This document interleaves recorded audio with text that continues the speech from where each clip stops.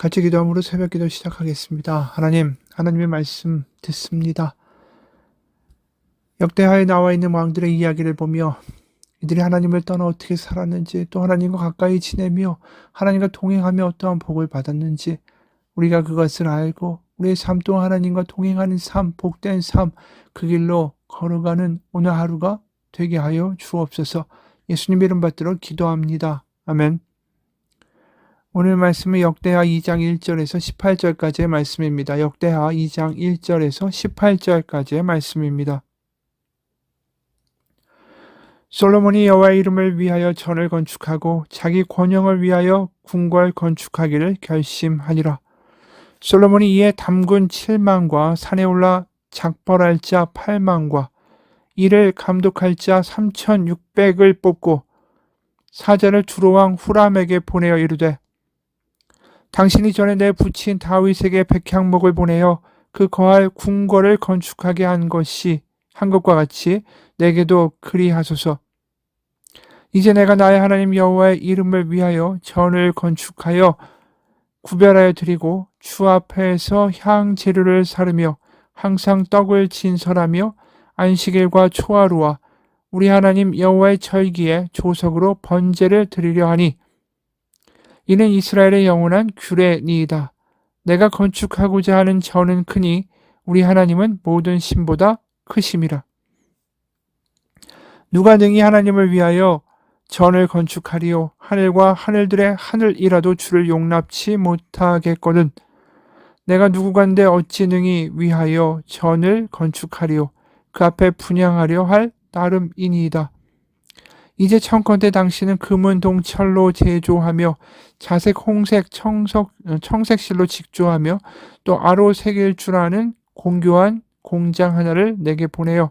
내 부친 다윗이 유다와 예루살렘에서 예비한 나의 공교한 공장과 함께 일하게 하고 또 레바논에서 백향목과 잣나무와 백담목을 내게로 보내소서.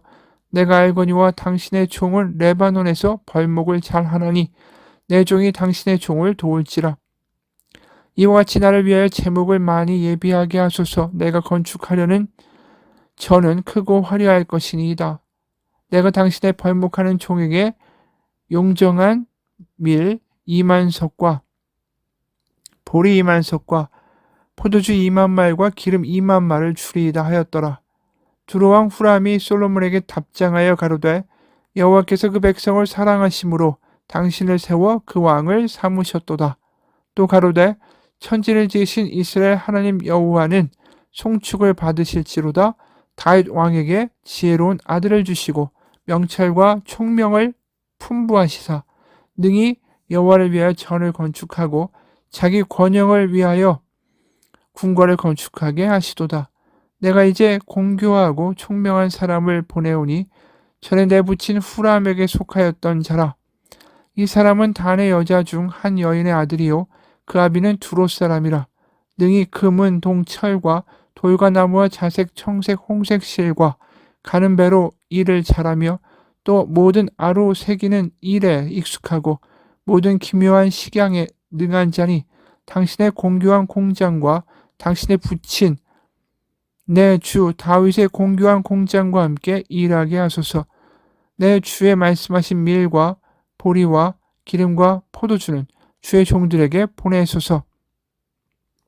우리가 레바논에서 당신의 쓰신 만큼 벌목하여 떼를 엮어 바다에 띄워 욥바로 보내리니 당신은 수운하여 예루살렘으로 올리소서 하였더라. 전에 솔로몬의 부친 다윗이 이스라엘 땅에 거한 이방 사람을 조사하였더니 이제 솔로몬이 다시 조사하며 모두 15만 3,600인이라. 그 중에 7만이는 당군이 되게 하였고 8만이는 산에서 발목하게 하였고 3,600인은 감독을 삼아 백성들에게 일을 시키게 하였더라. 아멘. 오늘부터 이 본문에서 솔로몬이 성전을 본격적으로 이제 건축하려고 하죠. 그 건축의 준비 과정이 오늘 본문에 담겨 있습니다. 1절, 2절을 보면 그 성전을 건축하는 데 동원된 인력의 숫자가 나옵니다. 다 더해보면 15만 3,600명에 달하는 숫자예요. 그리고 인력이 준비되고 동시에 이 자재와 기술, 가지고 있는 어떤 장인이 필요하니까 두로의 왕인 후람에게 편지를 보냅니다. 목재와 일꾼, 기술자를 보내달라는 거죠. 그러니까 후람이 대답합니다. 사람을 보내주겠다. 혈통이 이스라엘인과 섞여 있는 사람으로 보내줄 것이고 목재도 솔로몬이 원하는 대로 보내주고 이 대가도 말한 대로 받고 행하겠다라고 답을 하죠. 그래서 이제 두로의 이런 기술력을 가지고 있는 사람들과 우리가 앞에서 봤던 15만 3,600명의 인력이 합쳐서 성전을 건축하게 되죠. 근데 그 중에 보면 17절, 18절을 보면 15,600명의 인력은 이방인이다라고 말을 합니다.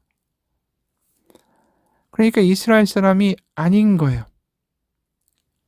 17절에 보면 전에 솔로몬에 붙인 다윗이 이스라엘 땅에 관한 이방 사람을 조사하였더니 이제 솔로몬이 다시 조사함에 모두 15만 3,600인이라.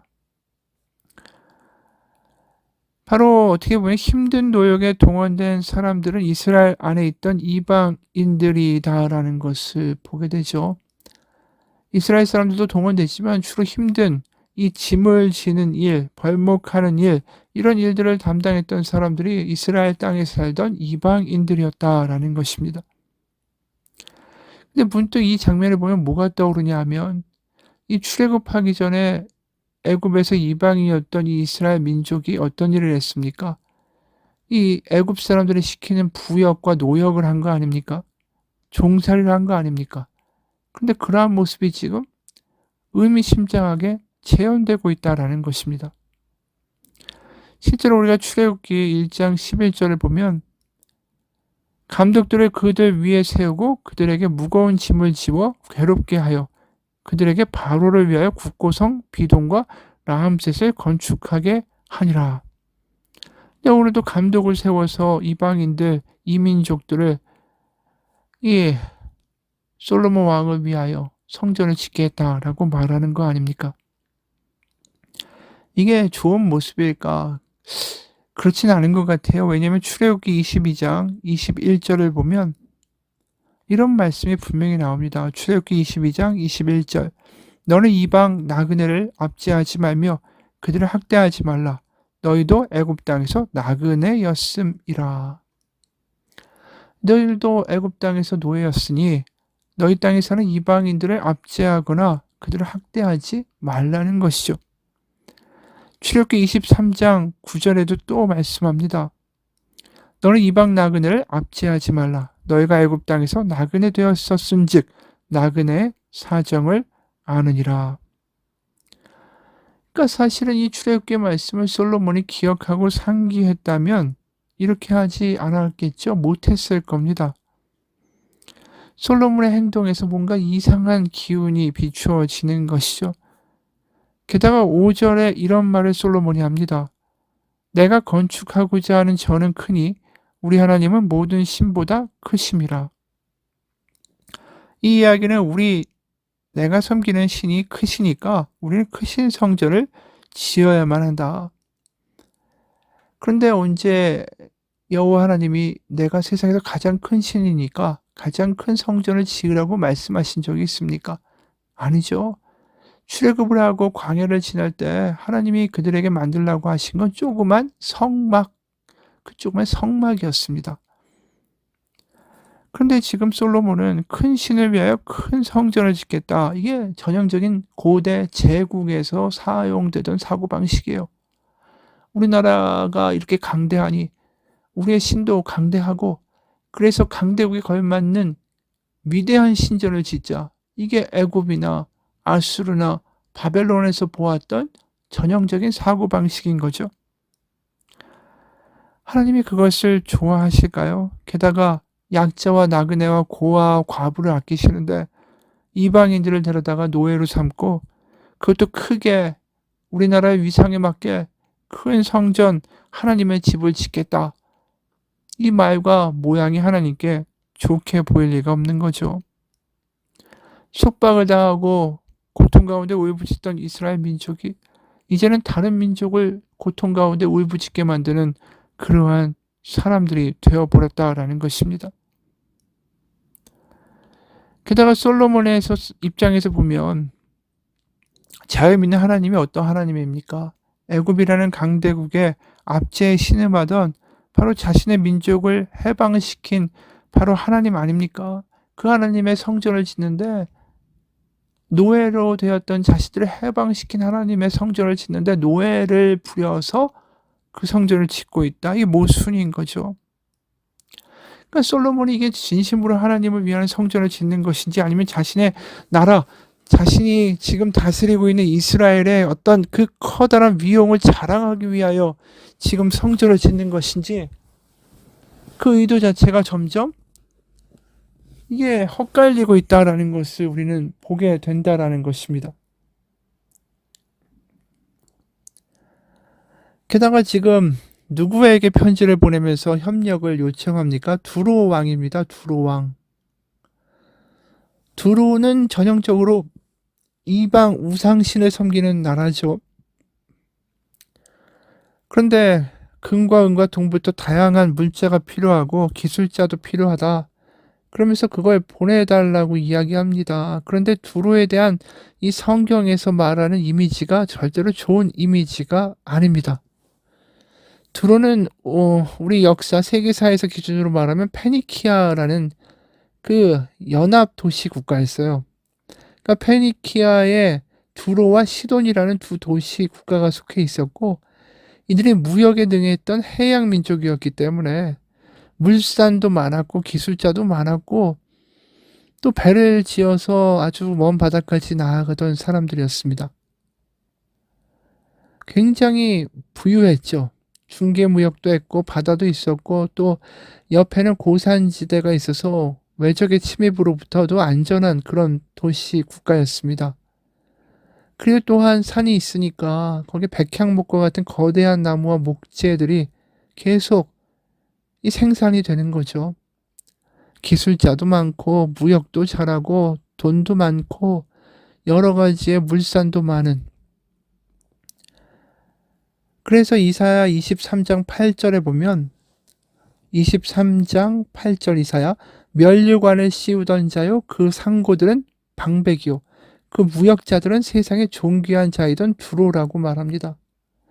어떻게 보면 세상에서 굉장히 교만할 수 있었고 세상이 부러워하고 세상에 자신들의 어떤 부귀와 어떤 재물을 자랑하는 그러면서 동시에 우상 숭배를 하던 그런 나라였다라는 거죠. 그런데 하나님이 보시기에 굉장히 교만하고 뭔가 악한 나라인데 솔로몬은 그 두로와 시돈에서 성전을 짓겠다고 많은 기술자와 백향목, 원자재를 가져옵니다. 바알을 섬겼던 도시에서 도움을 받고 있는 거예요. 하나님의 성전을 짓겠다고. 그 실제로 우리가 북왕국을 보게 되면 북이스라엘의 왕 아합 있지 않습니까? 아주 악한 왕이죠. 거기에 왕비가 이세벨인데 성경에서 말하는 최고의 악녀입니다. 이 이세벨이 바로 여기서 온 거예요. 두로 시돈에서. 게다가 이세벨의 아버지는 엣발이라는 그 시돈의 왕이자 제사장이었습니다. 바알 제사장. 그런데 이런 걸 보게 되면 얼마나 악한 도시인데 거기서 지금 성전 짓겠다고 지금 솔로몬이 편지를 보내고 부탁을 하는 거 아닙니까? 그래서 나중에 북왕국의 바알의 제사장이었자 시돈의 왕인 그 엣발, 이름도 엣발 아닙니까? 바알과 함께한 자란 뜻인데 그 엣발의 딸인 이세벨을 아합이 받아들이고 얼마나 북왕국이 멸망으로 치달아갔습니까? 그 사마리아에다가 바알 제단을 만들게 하고 아세라 상도 만들고 북왕국이 그래서 아세라와 바알의 숭배에 빠져서 엘리야 선지자가 너희가 둘 사이에서 왜 주춤하느냐 어느 쪽을 선택하겠느냐라고 꾸짖고 그 바알과 아세라 850명의 선지자들과 함께 대결을 벌이는 일까지 벌어졌던 거 아닙니까? 물론 그러고 나서 엘리야가 도망을 할 정도로 이 북왕국에서 이세벨의 위엄과 권세가 막강했다라는 거죠. 이게 이런 나라에서 지금 모든 물산과 재물을 가져다가 지금 건물을 짓고 성전을 짓는다. 신약에서도 이 두로와 시돈에 대한 좋지 않은 이야기가 나오죠. 마태복음 11장 21절 22절 보면 화 있을진저 고라시나 화 있을진저 벳세다야 너에게 행한 모든 권능을 두로와 시돈에서 행하였더라면 그들이 벌써 베옷을 입고 제에 앉아 회개하였으리라. 내가 너에게 이르노니 심판날에 두로와 시돈이 너희보다 견디기 쉬우리라. 그러니까 유대 사람들이 유대인들이 두로와 시돈을 아주 악한 땅이라고 인식하고 있었는데 두로와 시돈보다 너희가 더 악하다 예루살렘아 이렇게 말씀하고 계시는 거죠. 그러니까 두로와 시돈이 이렇게까지 악하다라는 것 자체가 성경에서 줄곧 얘기하고 있는데 솔로몬의 시작이 이렇게 되고 있다라는 거예요. 그러니까 어떻게 될까요? 솔로몬이 앞으로 망가질 것이다라는 것을 우리는 예측할 수가 있다라는 거죠. 하나님이 이 언약궤를 주실 때 언약궤 자체가 무슨 근사한 나무와 백향목과 같은 이 훌륭한 목재로 만들어진 게 아니지 않습니까? 광야에서 자라는 조그만 아주 초라한 나무. 그래서 작고 뒤틀리고 가시까지 있어서 불쏘시개 외에는 아무짝에도 쓸모없는 시띠나무, 조각목 이런 나무를 가지고 언약궤가 만들어진 거 아닙니까? 언약궤의 크기도 고작 작은 어린아이 키만큼밖에 안 돼요. 그런데 그런 언약궤에 하나님이 함께 하시고 그것이 하나님의 보좌의 발판이다라고 말씀하셨는데 그래서 그런 초라한 성막 가운데 계시면서 노예인 이스라엘 민족과 동행하시고 광야를 건너주셨던 하나님인데 지금 세상의 권세와 힘을 자랑하는 두로와 시돈의 기술과 재료를 가져다가 그 조각목 시띠목과 반대되는 백향목이라는 그 당시에 위대한 신전을 짓기 위해 쓰이던 그 나무를 가지는 권력과 그 어떻게 보면 약육강식의 상징인 나무를 가져다가 성전을 건축하는 거죠. 이것은 성전을 건축해서 하나님을 섬기겠다는 게 아니라 사실상 솔로몬은 그 성전 안에 하나님을 가두고 싶은 거죠. 하나님을 소유하고 싶은 겁니다. 이렇게 커다란 신전을 짓고 우리도 강대국으로 만들어 달라고 위대한 나라로 만들어 달라고 하나님을 그 안에다 감금하고 하나님 우리를 지키시고 우리의 뒷배가 되주시고 우리 위하여 우리가 원하는 것을 들어달라는 마치 요술램프의 진이처럼 지금 만들고 있는 거예요. 성전을. 다시 말해서 성전이 하나님을 섬기기 위해 하나님 모시는 곳이 아니라 하나님의 능력을 자신들이 원할 때마다 꺼내 쓰기 위한 하나의 요술 램프처럼 만들고 있는 거죠. 그들은 하나님에게 벌써 관심이 없어졌습니다. 하나님이 어떤 분이신지를 잊어버리고 있는 거예요. 광야에서 그들과 함께 걸어주시고 조각목과 시띠목으로 만든 그 별 볼 일 없는 언약궤에 함께 하시며 이게 내 발등상이라고 말씀하시고 그들을 만나주시던 하나님을 잊은 겁니다. 그저 능력과 자신이 원하는 것을 들어주는 그러한 자판기와 같은 존재로 만들고 있는 거죠. 그리고 그 자판기를 근사하게 만들고 있는 겁니다. 세상 사람들이 부러워할 수 있는 백향목으로 만들고 금과 은과 동으로 아주 떡칠을 해놓고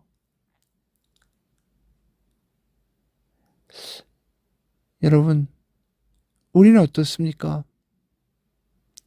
우리는 도대체 하나님을 교회를 성전을 건축한다고 하면서 커다란 교회 건물을 짓고 그리고 사람들이 압도될 만한 건축을 하고 그러면서 하나님이 위대한 일을 이루셨다라고 말하지만 정작 거기에 하나님이 안 계시는 경우는 없을까요?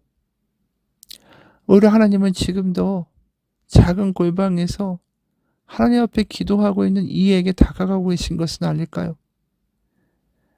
두세 사람이 모여서 하나님 아버지라고 부르면서 하나님의 긍휼과 자비와 치유를 구하는 그곳에 하나님의 임재가 있는 것은 아닐까요?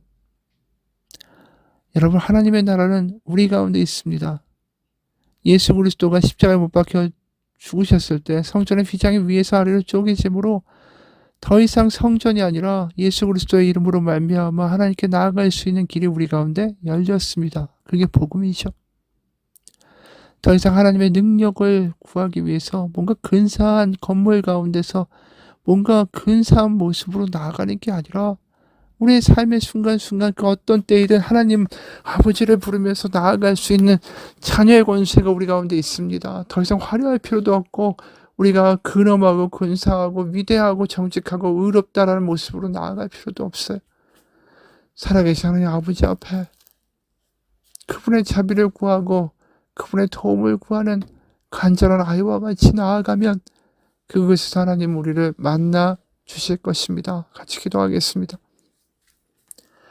하나님, 우리가 어떤 모습이든 어떤 모양이든 어떤 처지든 어떤 자리든 얼마나 망가졌던, 얼마나 못났던, 얼마나 근사하던 상관없이 하나님 앞에 자녀로 하나님을 아버지라고 부르며 간절히 나아갈 때 그곳이 성소가 되게 하시고 그곳이 하나님의 임재가 경험되는 곳이 되게 하시고 하나님의 고치시고 싸매시고 치료하시며 이렇게 세우시고 응답하시며 음성을 들려주는 역사들이 바로 그 순간에 경험되는 일들이 일어나게 하여 주옵소서. 살아계신 우리 주 예수 그리스도의 이름 받들어 기도합니다. 아멘.